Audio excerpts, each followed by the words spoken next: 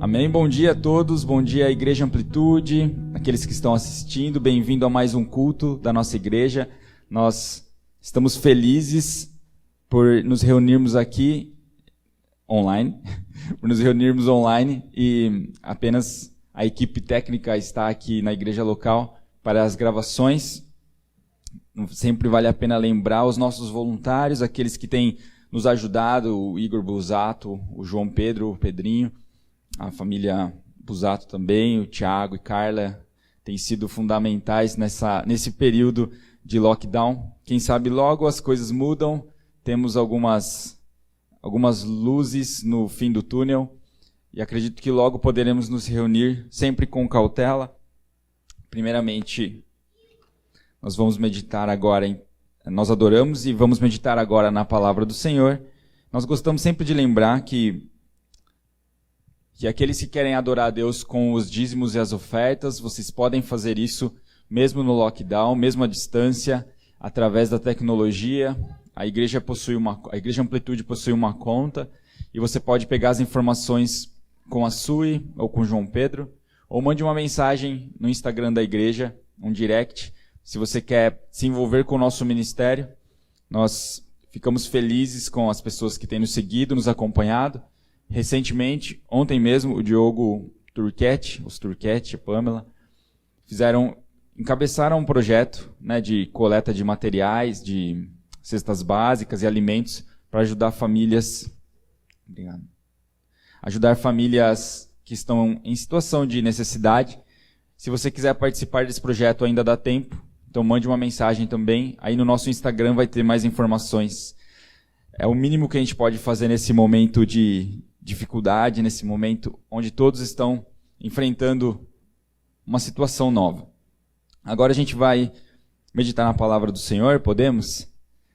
Se você não acompanhou as últimas mensagens, nós estamos fazendo a série da Páscoa. E nessa série da Páscoa nós estamos falando mais especificamente da natureza de Jesus e também da ressurreição de Jesus.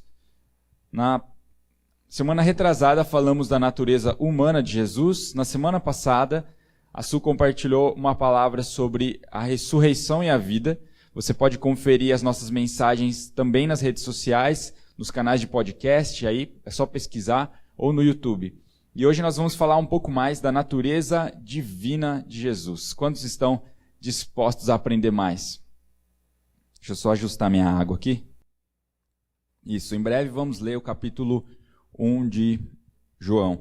Começando agora na natureza divina de Jesus. Na semana passada demos ênfase na natureza humana. Falamos que Jesus, lemos capítulo 1, falamos que Jesus veio em carne, o Verbo encarnou e andou entre nós. Hoje vamos recapitular só no próximo slide, por favor. Na semana passada a gente falou que Jesus possui duas naturezas. Lembra-se disso? Vocês se lembram disso na semana retrasada? Jesus possui a natureza divina e a natureza humana. Nós comentamos que não foi fácil chegar nessa definição. A igreja, nos primeiros séculos, ela acabou se perdendo um pouco daquela doutrina dos apóstolos, a sã doutrina, que seria o ensino das escrituras saudável, e a igreja se contaminou com alguns ensinos falsos.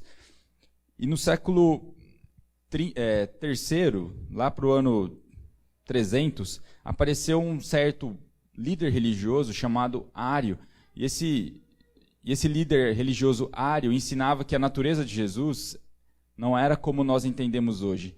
Ele acreditava que Jesus era inferior a Deus Pai, a ponto de isso acabar numa briga entre dois pastores. Você já imaginou isso? Talvez você viu na rede social aí a briga entre dois pastores discutindo sobre um assunto da religião. E naquela época aconteceu isso também, e foi no ano próximo ali de 320, numa conferência. Estava acontecendo uma conferência, mais conhecida como o Concílio de Nicéia, e o bispo Ário, ou o presbítero Ário, brigou com o bispo Nicolau de sair no tapa. Sim, gente, eles saíram no tapa porque um estava dizendo que Jesus não era divino, Jesus não era Deus. Aliás, Ário, né, conhecido pelo arianismo, ele também falava que não existia a Trindade. Ele não acreditava nesse ensino que hoje nós sabemos que é consenso para o cristianismo, digamos, tradicional, o cristianismo ortodoxo. Mas ainda na semana passada, né, você tem no slide aí, nós concluímos que nessa definição de Calcedônia, no ano de 451, ficou determinado. A igreja se reuniu e determinou. Nós concluímos que Jesus é totalmente humano e Jesus é totalmente divino. Nós cremos nisso hoje, que Jesus é perfeito em sua humanidade e ele é perfeito em sua divindade. Vimos também que Jesus ele é totalmente humano por quê? Por causa desse nascimento virginal, ele nasceu de uma virgem, Jesus teve fraquezas e limitações humanas, e Jesus apresentou a impecabilidade, ele nunca pecou. Isso foi a semana passada, quem perdeu pode conferir. Vamos para o próximo slide. Talvez você se pergunte, por que nós estamos... isso, a natureza divina. Então a gente vai falar hoje... Esse seria o resumo do que vamos falar hoje. A natureza divina de Jesus pode ser comprovada biblicamente como? Então, esses 5 pontos são fundamentais. A natureza divina de Jesus é comprovada, porque na Bíblia, Jesus é chamado de Deus. Jesus é chamado de Senhor. Terceiro ponto, Jesus afirma Ele mesmo ser Deus. O quarto ponto, Jesus age como Deus enquanto estava na terra. E o quinto ponto, o Pai exaltou a Jesus. E a gente vai aprofundar nisso, mas esse é o resumão do que nós vamos falar, dos 5 fatores que comprovam que Jesus é divino. Próximo. Por que estudar a respeito de Jesus? Alguém me responde. Por que estudar a respeito de Jesus? Porque é necessário nós conhecermos o nosso Deus. Ou você se casaria com qualquer pessoa sem conhecê-la? Né? É meio questionável isso. É óbvio que você quer conhecer com quem você vai se unir. E muitos cristãos não querem conhecer o Deus que eles seguem. Nós achamos importante conhecer o nosso Deus. Na semana passada falamos que o Verbo encarnou, habitou entre nós. Sabe, o cristianismo é diferente das outras religiões por esse motivo. O cristianismo apresenta um Deus que é divino, mas apresenta um Deus que é humano. Veja que interessante, Jesus não é como muitos pensam. Alguns acreditam que Jesus é como um lençol flutuante. Outros pensam que Jesus é como o gênio da lâmpada. Outros vão dizer que Jesus é um corpo, é um espírito sem um corpo. Não é bem esse Jesus que a Bíblia apresenta. Outros pensam que Jesus é um hippie, é o líder do movimento hippie, sabe? Usando aquelas sandálias, aquele estilo do hippie. Não é esse o Jesus da Bíblia. Jesus é totalmente outro. Jesus não pode ser comparado com nada que existe na terra, nem com nada que existe no céu. Se você quer saber o que a Bíblia fala de Jesus, Jesus é santo. A Bíblia fala que Jesus é onisciente, ele sabe, conhece todas as coisas. Jesus é onipotente, onipresente. O que mais a Bíblia fala? Jesus é a sabedoria de Deus. Jesus é justo. Jesus é reto. Está percebendo como ele é diferente do que o senso popular, o senso comum fala a respeito dele? Jesus não é apenas aquela paz e amor dos anos 60. Jesus é muito mais do que isso. Jesus é gracioso, cheio de graça. Jesus é bom, ele é verdadeiro, amoroso, misericordioso, ele é paciente. Sim, ele é paciente. Mas não apenas isso, ele é imortal. No sentido em que ele vive para sempre. Jesus é imutável. Ele não muda as suas opiniões, o seu conceito, a sua mentalidade. Jesus é infinito. Ele é incomparável.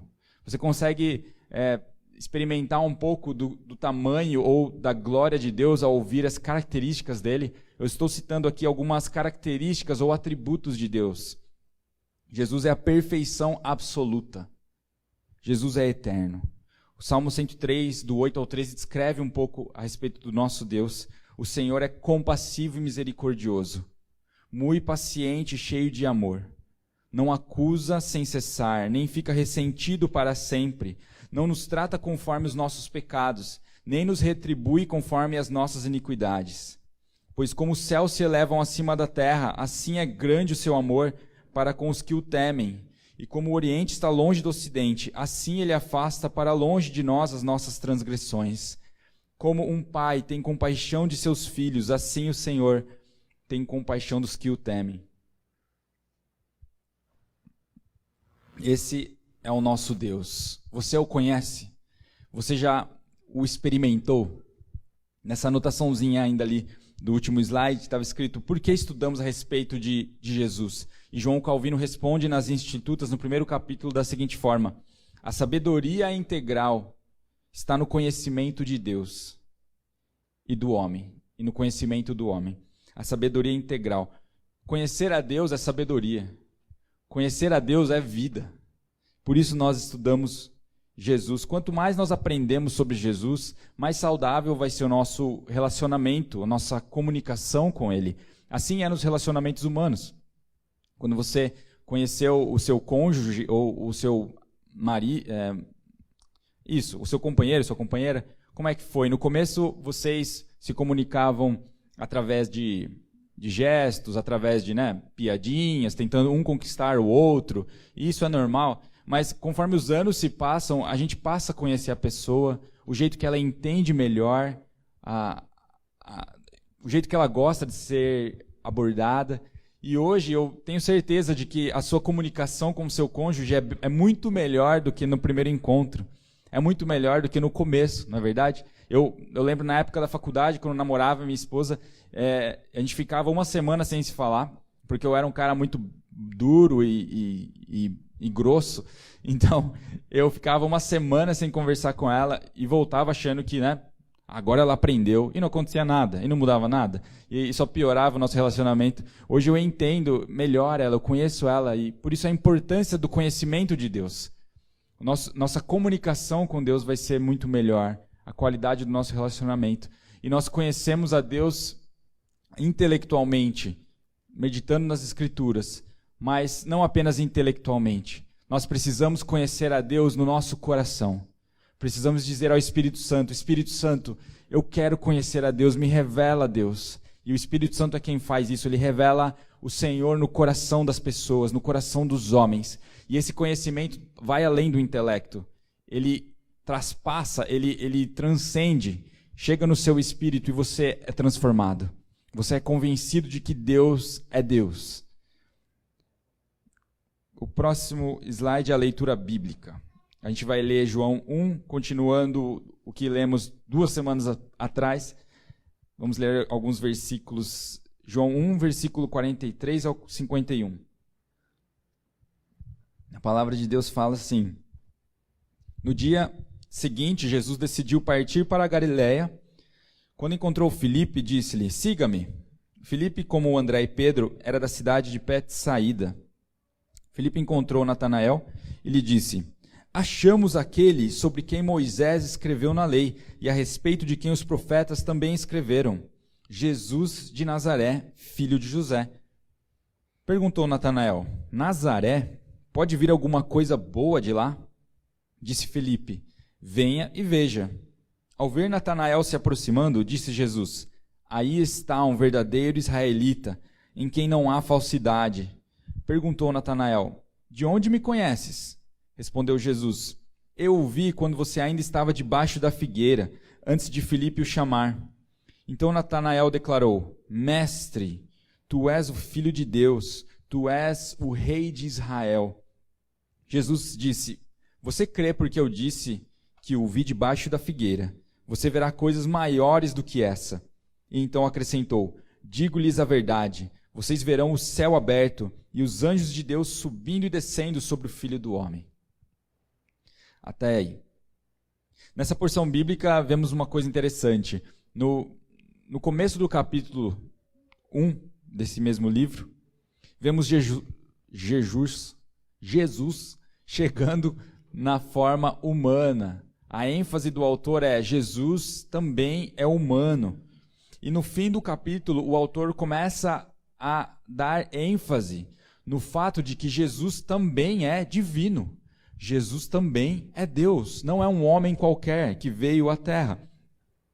Observem no versículo 45 que acabamos de ler, Filipe dizendo para Natanael: encontramos aquele sobre quem Moisés e os profetas escreveram.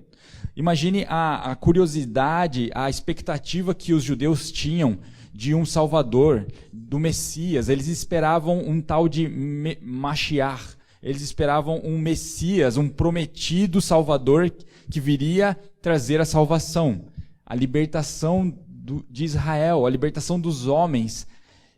E de repente Filipe, do nada, vira para Natanael e fala: sabe aquele profeta prometido nas Escrituras? Ele está aqui. É o Jesus, filho de José, de Nazaré. Perceba a importância aqui do testemunho pessoal. Tem um comentarista bíblico que fala, o Carson, que fala que não existe... Como é?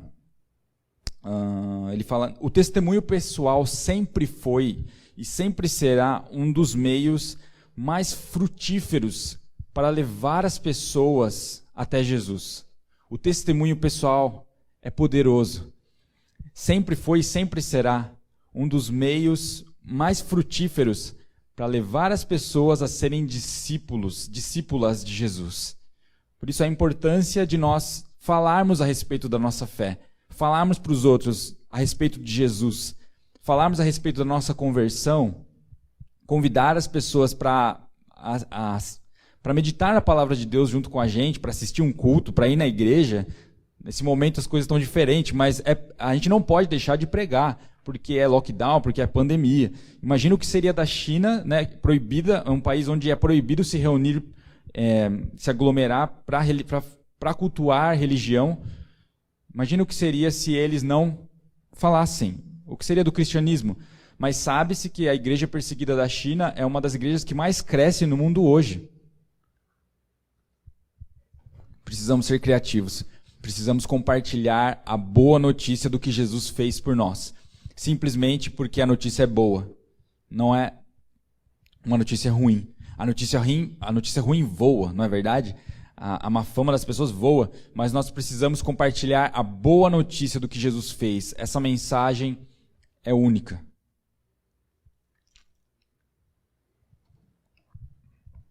Ainda na porção bíblica que nós acabamos de ler, nós observamos a reação do Natanael quando Filipe falou para ele: vem ver o profeta prometido. Natanael responde com um tom de incredulidade, um ceticismo. Ele responde até com um certo deboche: Nazaré? Está falando sério? Pode alguma coisa boa vir de Nazaré? Talvez você já ouviu isso, né? Valinhos, vinhedo, pode alguma coisa boa sair de lá? Né? E Natanael fala com essa incredulidade. A resposta de Filipe para Natanael agora foi monstruosa. Filipe responde: venha e veja você mesmo. Venha e veja você mesmo. Aí está a importância de nós irmos até as Escrituras para então conhecermos esse Deus grande que as pessoas falam. Esse Deus que não é só Deus, mas ele também é homem. E que ele se importou com o nosso problema, que era um problema de separação eterna de Deus, com esse problema nosso que é da dificuldade nos relacionamentos interpessoais. Jesus tomou providência a respeito disso. Jesus fez algo a respeito do nosso caos, do caos que eu e você vivemos. Jesus fez algo a respeito das doenças. Ele fez algo a respeito do meu complexo de inferioridade. Jesus fez algo, isso está na cruz, está evidente na obra que ele fez na cruz. Mas eu preciso ir até ele para descobrir o que ele fez por mim. Eu preciso ir até ele para saber o que ele tem para mim. Eu preciso viver como um filho para poder desfrutar das bênçãos que o Pai tem para mim. Nos versículos ainda 49 e 50, nós vemos, antes disso, no no 49, a reação de Natanael é linda. Quando Jesus fala, Natanael, eu vi você, você é um bom israelita, eu vi você debaixo da figueira, e a resposta de Jesus desmonta os argumentos ou as defesas de Natanael. E Natanael simplesmente responde, mestre ou rabi, você é mestre, você é, no versículo 49, tu és o filho de Deus, tu és o rei de Israel. 3 declarações assim, tu és rabi, tu és o filho de Deus, tu és o rei de Israel. Mas espera aí, Natanael estava acabando de conhecer esse tal Jesus. Só que um gesto da majestade de Jesus desmontou, convenceu Natanael da divindade de Jesus. É isso que o autor está fazendo, mostrando que Jesus é divino. Ainda nos versículos 49 e 50 nós vemos Natanael chamando Jesus do quê? De filho de Deus. E a resposta de Jesus e o arremate final de Jesus no versículo 51 é: vocês vão ver os anjos de Deus subindo e descendo sobre o Filho do Homem. Olha a expressão que Jesus usa. Filho do Homem. Natanael tinha acabado de falar, você é o Filho de Deus. E Jesus fala, vocês vão ver o Filho do Homem. Que incrível! A palavra de Deus nos revelando, nos mostrando que Jesus é divino, Jesus é humano. E aprofundando um pouquinho mais, onde nós vemos, a próximo slide, se tiver, não sei se o slide próximo, onde nós vemos que Jesus, na Bíblia, ele é Deus. E agora nós avaliamos o primeiro ponto. Jesus é chamado de Deus ao longo da Bíblia. Existe uma palavra em grego, que você talvez já viu, que é theos. A palavra grega theos aparece na maior parte do Novo Testamento se referindo a Deus Pai, ao Deus Criador, transcendente. Mas no Novo Testamento, pelo menos em 7 lugares, está totalmente explícito, totalmente claro, de que Jesus é o Theos também.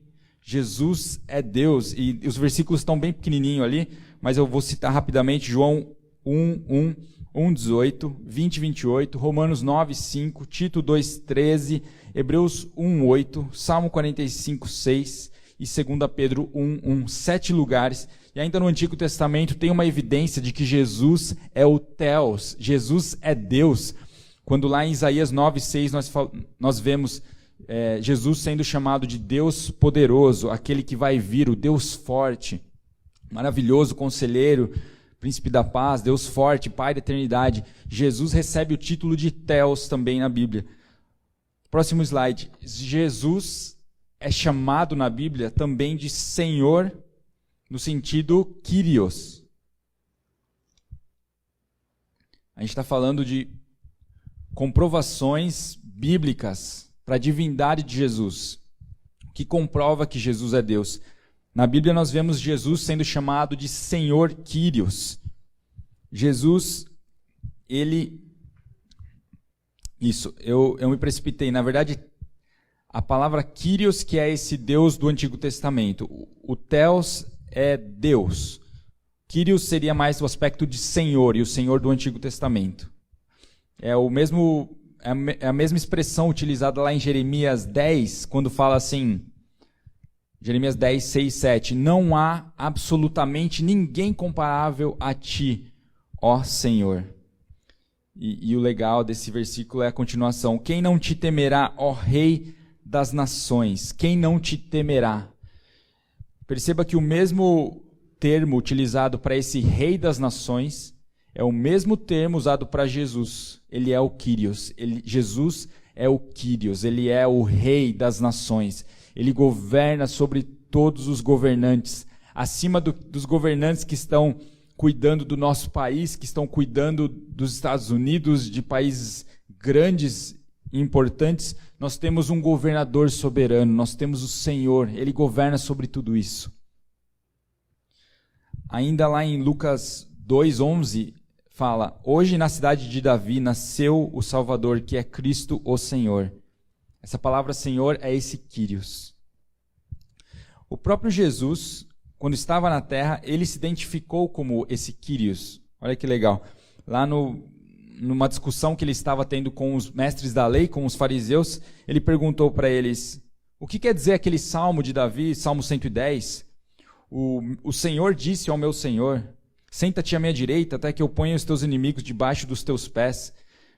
Percebe que para os judeus era enigmático esse salmo, não fazia sentido. Quem que é esse? Senta-te. E Jesus é como se estivesse tentando traduzir e dizer: olha, esse Senhor sou eu. O Pai, é como se o Pai dissesse para o Filho: senta-te, Filho Jesus, à minha direita, até que eu coloque seus inimigos debaixo dos seus pés. Jesus disse: eu sou o Kyrios. Próximo slide. Mais um fator que comprova a divindade de Jesus na Bíblia. Jesus, ele próprio, continuação do que acabamos de falar, ele afirma ser Deus. Ele se apresenta lá em João 8,58 como o eu sou. Ele se apresenta como o eterno, lá em Apocalipse 22,13, que está ali? Ou 1,8? 1,8, né? Jesus se apresenta como o alfa e o ômega. Então, lá em Apocalipse você vai ler Jesus dizendo: eu sou o alfa e o ômega, o princípio e o fim. Jesus está se comparando com Deus, porque ele é Deus. Mas para os judeus não era. E na Bíblia nós vemos agora as evidências de que Jesus é divino. No próximo slide nós vemos Jesus agindo finalmente como Deus. Jesus realizou milagres. Por exemplo, Jesus acalmou a tempestade. Jesus, como que está aí? Sim. Jesus acalmou a tempestade lá em Mateus 8, 26, 27. Jesus multiplicou pães e peixes. Você lembra dessa história? Essa história chama a atenção de todos nós. Quem é esse que consegue dizer uma palavra para a tempestade e ela se acalmar? E eu lembro no começo da minha caminhada com Jesus, de às vezes passar por uma chuva. Quem nunca tomou chuva aqui? Né? E estava tomando uma chuva, para a chuva, em nome de Jesus, né? E a chuva não parava. E eu ficava me perguntando: mas por que Jesus pode e eu não? Eu estou duvidando, não tenho fé o suficiente. Mas esse fato específico de Mateus 8 foi para nos mostrar que, de fato, Jesus é Deus e nós não somos deuses. Nós não podemos fazer as mesmas coisas que eles no sentido de onipotência. Nós podemos sim acreditar que nossa oração é respondida, de que nós podemos ver milagres acontecer através das nossas mãos, mas Deus faz do jeito, da forma que Ele quiser, no tempo que Ele quiser. Mas Jesus aí estava demonstrando que Ele é Deus e que Ele fala com a criação as coisas que ela deve obedecer. Jesus fala com a criação e ela precisa obedecer. Por isso Jesus deu uma ordem e a tempestade na hora silenciou. Ainda vemos o milagre da transformação de água em vinho, lá em João 2, que também mostra, deixou todo mundo espantado naquela festa de casamento. Né? Há quem diga hoje que existe uma dúvida se era mesmo vinho, se era suco de uva da Aurora, ou se era Fanta-uva, mas eu acredito que era vinho mesmo. É uma brincadeira. Jesus mostrou ao longo da Bíblia, Jesus mostrou ao longo da vida terrena dele de que ele era onisciente. A gente acabou de ver uma amostra disso, quando ele falou com Natanael: eu te vi debaixo da figueira. Jesus sabe todas as coisas. Jesus também conhecia o pensamento dos homens. Tem uma anotação de rodapé ali. Jesus, ele não deixou... O que está escrito ali, que eu não estou enxergando, mas... Ele é plenamente Deus e plenamente homem. E tem mais uma coisa. E as duas naturezas são inseparáveis. Isso é importante a gente lembrar, que mesmo Jesus fazendo esses milagres na terra, ele continuou possuindo a natureza humana dele e a natureza divina. Alguns pensam: quando Jesus veio para a terra, então ele deixou de ser Deus? Não. Jesus não deixou de ser Deus. Aquele versículo clássico de Filipenses que diz: ele abriu mão de sua glória, quer dizer, ele abriu mão de sua glória se tornando homem. Ele se rebaixou a ser homem. Não quer dizer que ele abriu mão da sua divindade. Ok? Isso tem naquele livrinho. Apareceu a imagem do livrinho aí? Do Wayne Grudem, em algum momento? Sim. Aquele livro é basicamente de onde saiu essa pregação, a parte teórica, da teologia sistemática de Wayne Grudem. Jesus na terra ainda, então, dá exemplos de que ele é Deus quando ele viu os discípulos discutindo entre eles, quando ele viu os fariseus duvidando se ele era Deus ou não. E Jesus... naquele episódio Jesus falou, né? Eu posso perdoar pecados, eu tenho uma autoridade que ninguém tem. Eu sou Deus. No próximo slide nós vemos o próprio Deus Pai exaltando Cristo. O próprio Deus Pai ali está dizendo para os anjos no versículo 6 de Hebreus 1, Deus dá ordem aos anjos para adorarem a Jesus. Perceba que ninguém na terra merece adoração. Mas quando Jesus estava na terra, Deus Pai fala, anjos, adorem Ele. No episódio do nascimento de Jesus, Deus estimulou a adoração de Jesus. Deus aprovou que o filho dele deveria receber toda a glória. Apocalipse 19:10 fala, né, que nenhum ser criado é digno de ser adorado, nem mesmo anjos. Tem alguns episódios na Bíblia onde, acho que Gideão que se depara com uma figura divina, alguns acreditam que é o próprio Jesus, a segunda pessoa da Trindade, e imediatamente, eu estou confundindo os episódios, Gideão vê um anjo e ele quer adorar o anjo, e o anjo fala, levanta. O anjo se recusa a ser adorado, porque o anjo obedece à ordem de Deus. E o ângelo fala, Angelo, e o anjo recusa ser adorado, o que nos mostra que Jesus não rejeitou ser adorado. Quando Maria quebra aquele frasco e começa a adorar aos pés de Jesus, ele não recusa a adoração, ele aceita, porque ele é digno de ser adorado. O Pai exaltou a Cristo. E em Filipenses 2:9 é o versículo que a gente tinha comentado. Por isso Deus o exaltou à mais alta posição e lhe deu um nome acima de todo nome, para que ao nome de Jesus se dobre todo o joelho, nos céus, na terra e debaixo da terra, e toda língua confesse que Jesus Cristo é o Senhor, para a glória de Deus Pai. Próximo slide. A Páscoa nos lembra que tudo gira em torno de Jesus. Tudo isso que nós falamos agora, a gente deu bastante ênfase em Jesus, na natureza divina dele.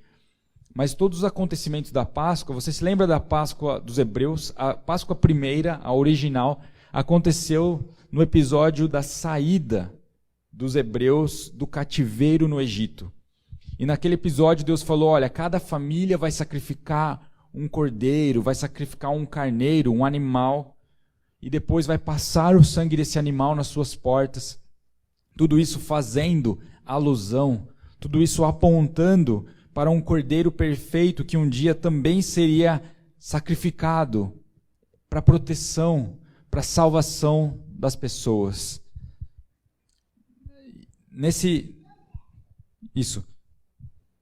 Calma, gente. A Páscoa nos lembra, portanto, de que o plano eterno de Deus estava em vigor desde sempre. Quando você para comemorar, hoje é um dia importante, onde nós lembramos de que Jesus ressuscitou. Mas nós precisamos lembrar de que ele ressuscitou baseado de que a história está ao longo de toda a Bíblia. Jesus não de repente decidiu, e Deus não decidiu de repente, falou, olha, eu vou mandar Jesus e vai resolver o problema que eu não esperava, foi um imprevisto. Não foi assim. Desde a eternidade, Deus planejou morar conosco. Desde a eternidade, Deus espalhou amor. A Trindade é uma unidade de amor. É uma triunidade de amor, melhor dizendo. E a Trindade espalhou, irradiou amor. E quando ela irradia amor, nasce a humanidade. Deus criou-nos para desfrutar desse amor, para participar desse relacionamento com a Trindade. E aí está o plano eterno de Deus, em que Deus planeja desde sempre viver com seus filhos, ter filhos à sua imagem, que se parecem com Ele, que interagem com Ele. Assim como diz a tradição cristã mais reformada, o Pai é a fonte da salvação, o Filho é a efetivação da salvação, e o Espírito Santo é a aplicação da salvação. É assim que nós participamos da salvação, quando o Espírito Santo vem morar em nós. Ali no slide nós temos: o Pai planejou, o Filho realizou, o Espírito nos incluiu nesse plano de Deus. Ali em 2 Coríntios, vamos ler essa passagem, 2 Coríntios 1, 22 e 21, é isso? Alguém está enxergando o número ali? Isso, 21, 22, 2 Coríntios. Peraí. Diz assim: visto que na sabedoria de Deus o mundo não conheceu por meio da sabedoria humana, agradou a Deus salvar aqueles que creem por meio da loucura da pregação. Não é esse versículo. Não tem problema. Nós já vamos ler mais para frente um que fala da mesma coisa. Jesus, então, é a efetivação da salvação. Ele aceita a ordem de Deus Pai. O plano eterno de Deus, Jesus teria que descer à terra e dar a sua vida.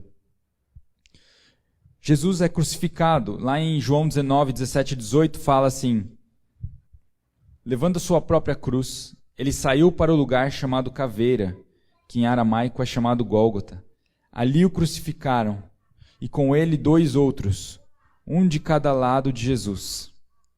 Mais tarde, sabendo então que tudo estava concluído, para que a Escritura se cumprisse, Jesus disse: tenho sede. Estava ali uma vasilha cheia de vinagre.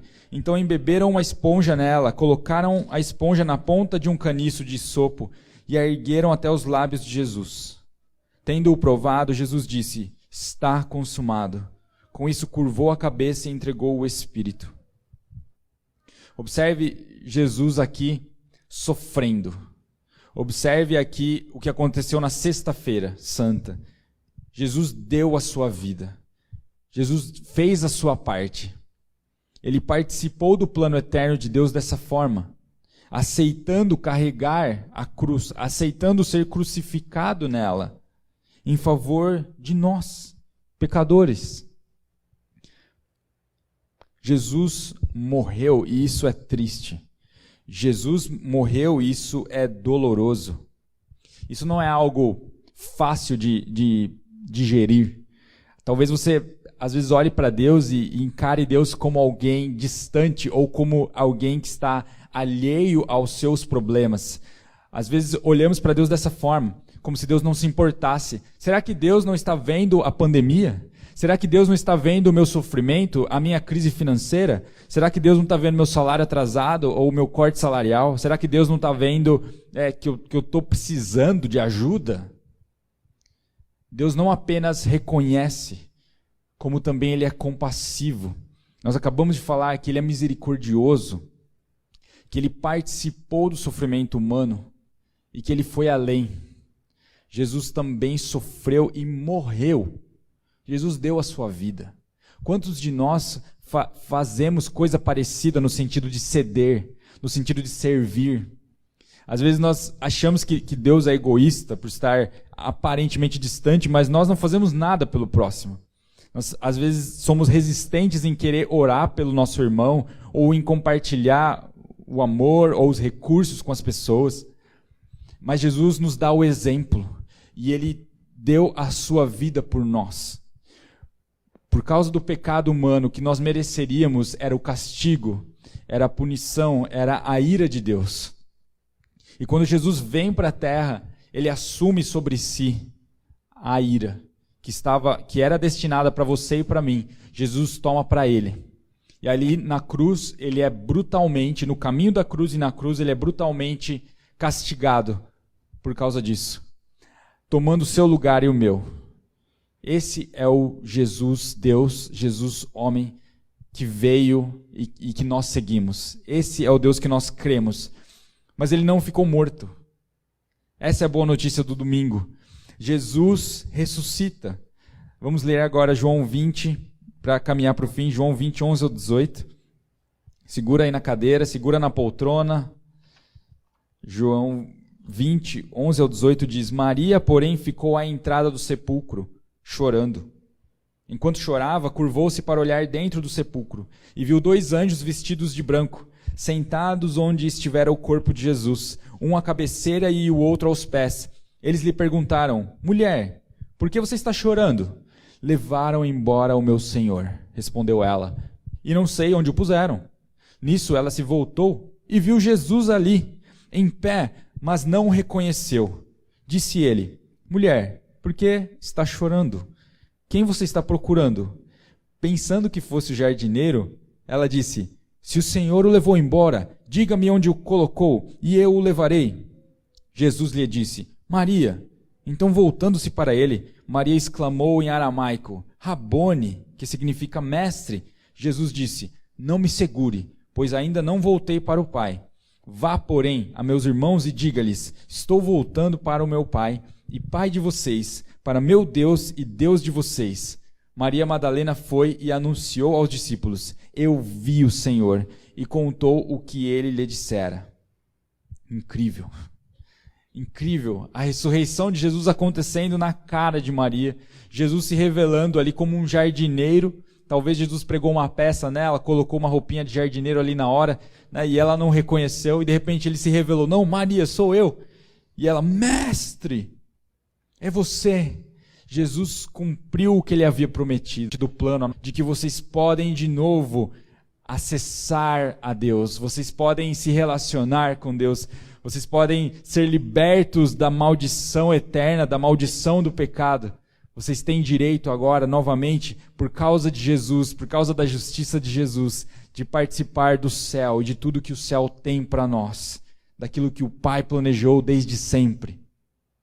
Esse é o plano eterno de Deus, de que na plenitude dos tempos, acho que esse versículo que eu queria, Efésios 1, 9 e 10, diz assim: e nos revelou o mistério da sua vontade, ou do seu plano, de acordo com o seu bom propósito, que ele estabeleceu em Cristo, isto é, de fazer convergir em Cristo todas as coisas, celestiais ou terrenas, na dispensação da plenitude dos tempos, que significa na hora certa.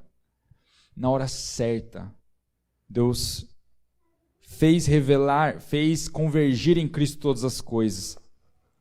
Isso diz respeito ao fato de que em Jesus todas as coisas se resolvem. Em Jesus tudo ganha sentido. Esse mundo existe para a glória de Jesus. O mundo existe para a glória de Deus. E para o louvor da sua glória, Deus exalta Cristo. Deus nos surpreende trazendo o que Ele tinha de melhor. Né? Às vezes cantamos o melhor de Deus está por vir. Isso pode ser legal. O melhor de Deus está por vir. Amém. Né? Que Deus faça coisas boas na nossa vida, nessa terra. Mas o melhor de Deus já veio. Veio através da forma de Jesus. Veio na revelação. Jesus veio revelando o Pai. Como nós falamos algumas semanas atrás, Jesus é a revelação perfeita. É a revelação exata de Deus. Hebreus 1. Jesus é a imagem do Deus invisível. Colossenses 1 fala. Jesus é a imagem do Deus invisível. Ele veio revelar quem é Deus. Quem é Deus? Olhe para Jesus. Na hora certa. Eu me perdi até dos slides ali. Vamos tentar ressuscitar os slides. Já que é domingo de ressurreição. Chegamos então nas nossas conclusões. A conclusão primeira é: a celebração e o lamento podem coexistir. Nós falamos do momento difícil que nós vivemos e não estamos desprezando isso. Não é um momento fácil. É um momento de incertezas, é um momento de dificuldades. Mas a história de Jesus, que é a principal história, nos revela que é possível a celebração e o lamento. Maria estava pranteando, lamentando, porque pensavam que o Salvador tinha se perdido. Alguém roubou o corpo dele. Não pude nem enterrar o meu Salvador, o Messias. E Jesus aparece e diz: não, alegre-se. Eu continuo vivo. Eu ressurgi dos mortos. E ressurjo dos mortos como um sinal para vocês. Vocês também vão ressuscitar. Vocês também vão viver para sempre, assim como eu vivo. É difícil para a gente... Isso. É difícil para a gente acreditar nisso. Mas é aí que entra a nossa fé. Eu não consigo hoje dizer para você é fácil aceitar a morte. Né? Isso é a segunda conclusão já. Podemos ter um relacionamento com Deus, temos esperança em sua ressurreição. Não é fácil dizer para você, olha, se você morrer, igual Paulo, né? Se você morrer é lucro, você vai estar com Cristo. Paulo disse, para mim o morrer é lucro, o viver é Cristo. Então pense nisso. Eu estou com o coração totalmente confiante na palavra de Deus em relação à morte. Eu estou confiante de que se eu morrer de verdade eu vou morar com Jesus eternamente. Não duvide.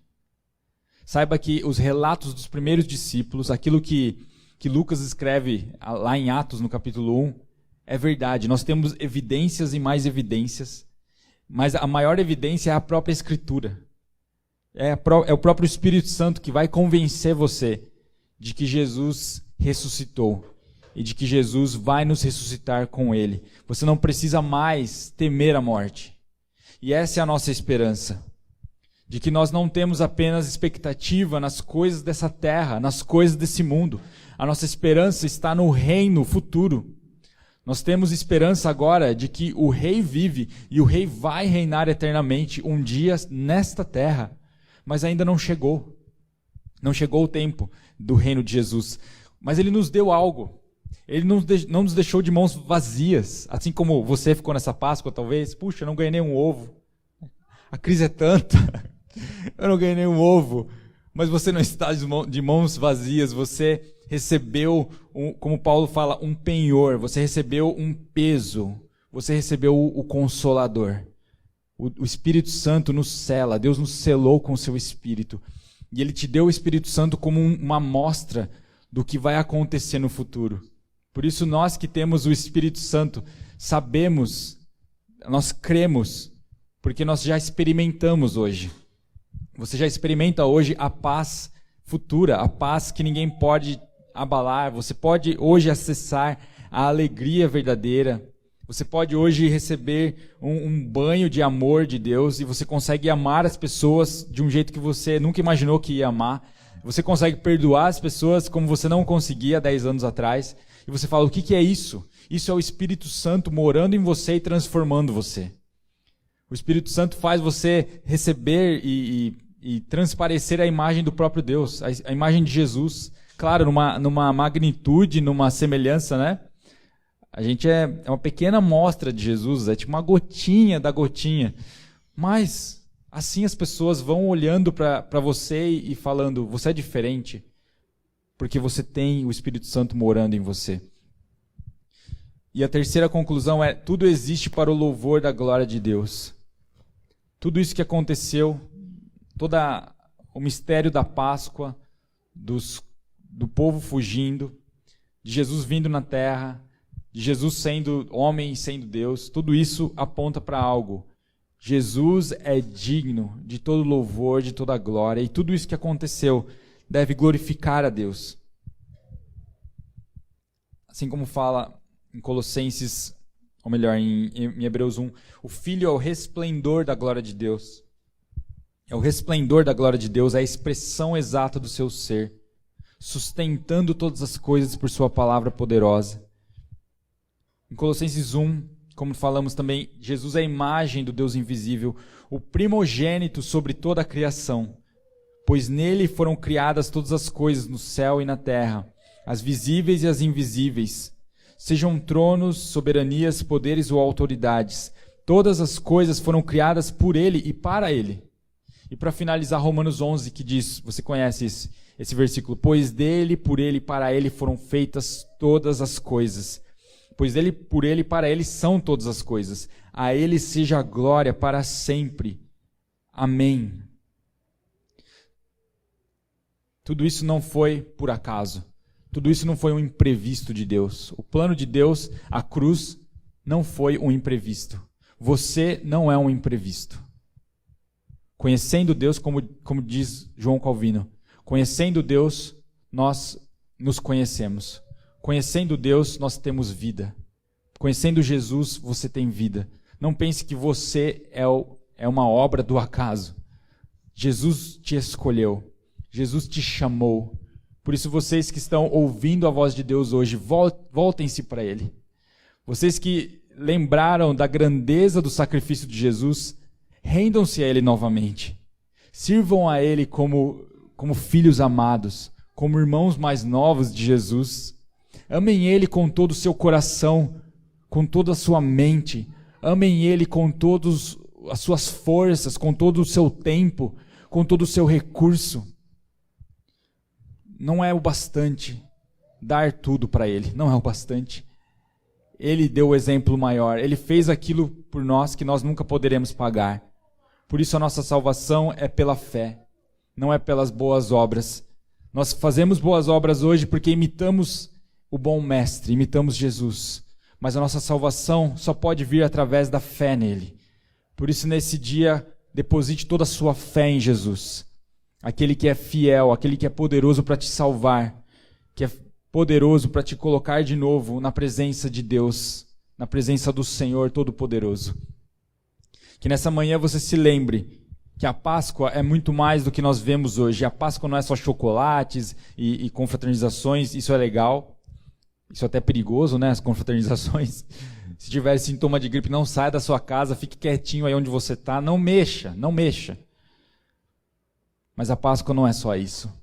A Páscoa é nós nos lembrarmos do sacrifício de Jesus, da morte e da ressurreição de Jesus no terceiro dia, que Ele fez pensando em nós, que Ele fez no nosso lugar, para a glória dEle mesmo, para a glória de Deus. É para isso que nós existimos, isso traz a última aplicação, nós vivemos para a glória dEle. Não busque a sua glória. Isso é difícil no mundo de hoje, né? Não busque a sua glória. Ah, cara, mas eu preciso vender o meu peixe. Tudo bem, mas glorifique a Deus em tudo que você faz e veja Ele te abençoar, te recompensar. Ninguém pode tomar a glória dEle. Ele é incomparável. Nada nessa terra se compara a Ele. E nessa manhã nós nos lembramos disso, de que Ele ressuscitou e vive e reina para sempre. Que Ele reine nos nossos corações, nas nossas casas, de hoje em diante. Amém? Feliz Páscoa a todos. Vamos fazer uma oração para terminar. Pai, em nome de Jesus, Pai eterno, Pai grande e poderoso, nós ficamos maravilhados com a grandeza do seu plano.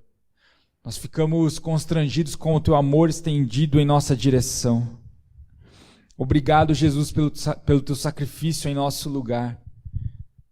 Nós nos alegramos, mas também nos entristecemos por nossa condição pecaminosa.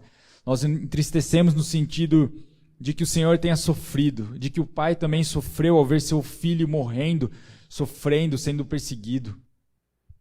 Nesse momento nós somos gratos. Nós recebemos o teu amor nessa manhã.